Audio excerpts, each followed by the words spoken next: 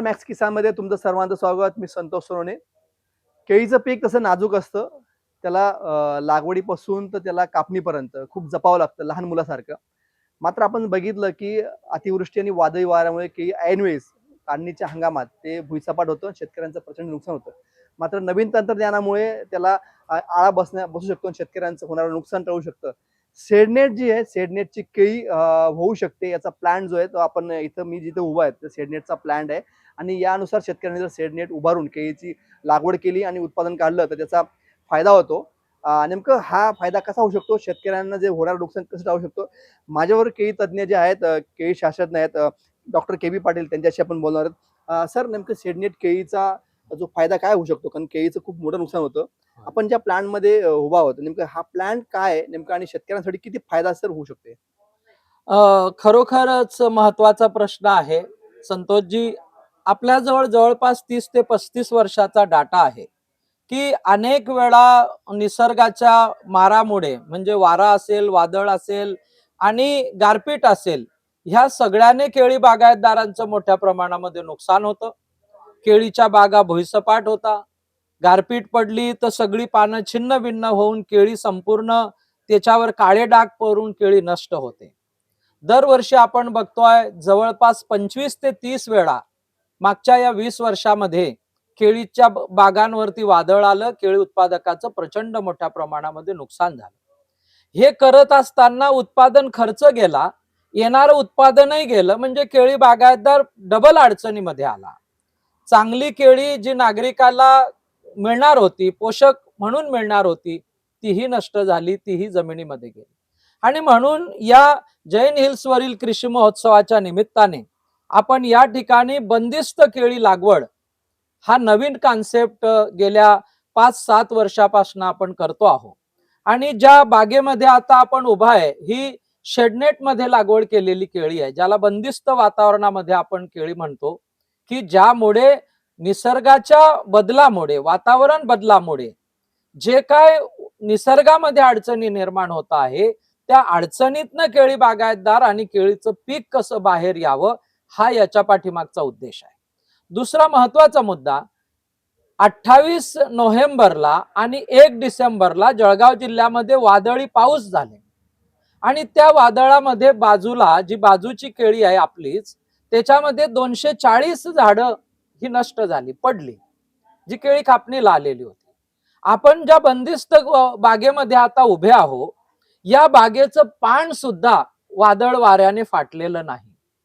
म्हणजे जेव्हा पानांचं टिअरिंग होतं, पानं जेव्हा फाटतात, तेव्हा घडाचं उत्पादन कमीत कमी 10% कमी होतं.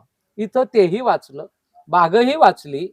बंदिस्त वातावरणामध्ये केळीची शेती असल्यामुळे रोगांचा प्रसार थांबला. इथं एकही करप्याचं पान नाहीये, इथं एकही सिंहमीचं झाड नाहीये, इथं कुठल्याही प्रकारची रोगराई किंवा कीड केळीच्या घडावर दिसत नाही.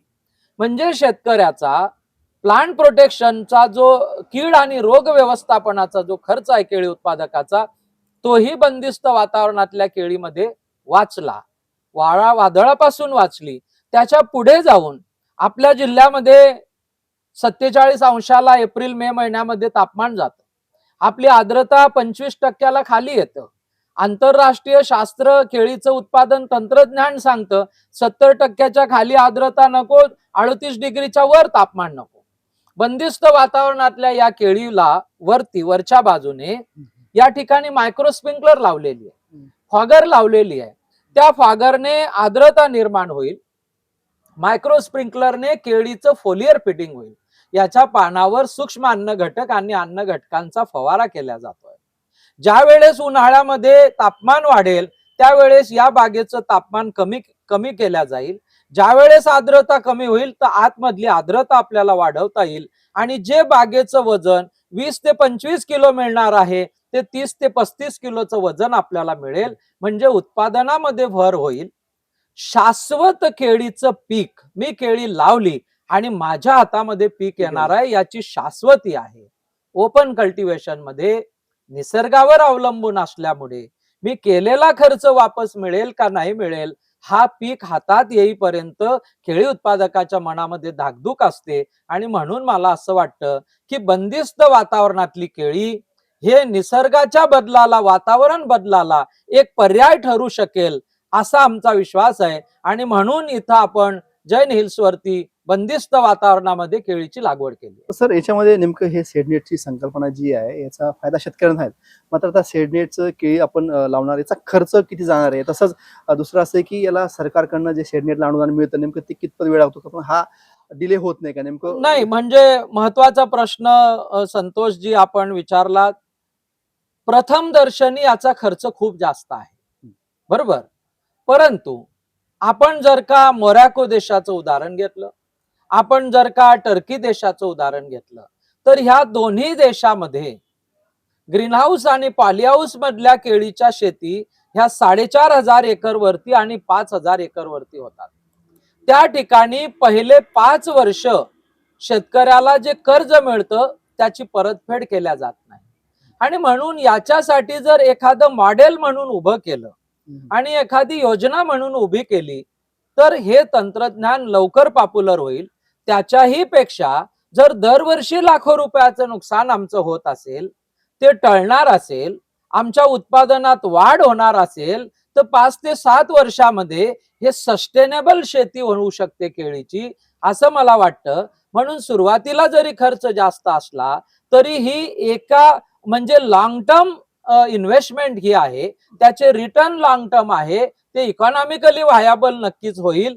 त्याला थोडासा कालावधी लागेल, परंतु बंदिस्त वातावरणातली केळी हे निसर्गाच्या चक्रावरती एक पर्याय असू शकतो. म्हणून आपण याच्याकडे त्या दृष्टिकोनातनं बघितलं पाहिजे असं मला वाटतं. निश्चितच हे ते केळी तज्ज्ञ डॉक्टर के.बी. पाटील यांनी एक महत्त्वाचा मुद्दा सांगितला की शाश्वत जे याचं उत्पादन होऊ शकतो. जर केळी आपण ओपन जर लावली तर त्याचं जर बघितलं तर याचं खूप मोठं नुकसान होतं. बऱ्याचदा केळी भुईसपाट होते, शेतकऱ्यांना त्याची भरपाई मिळत नाही. लागवडीला खूप खर्च येतो. पीक विम्याचे पैसे शेतकऱ्यांना वेळेवर मिळत नाही. त्याला एक पर्याय म्हणून शेडनेटमध्ये जर आपण जर लावलं तर थोडा खर्चिक आहे, पण मात्र सरकारकडून अनुदान मिळू शकतं आणि शेतकऱ्यांचं जे होणारं नुकसान जे टळू शकतं. शेतकऱ्यांनी जर ह्या आधुनिक तंत्रज्ञानाकडे आणि शेडनेटच्या केळी लागवडीकडे जर वळालं तर शेतकऱ्यांचा निश्चित फायदा होईल, हे मात्र निश्चित आहे. पाहत राहा मॅक्स महाराष्ट्र.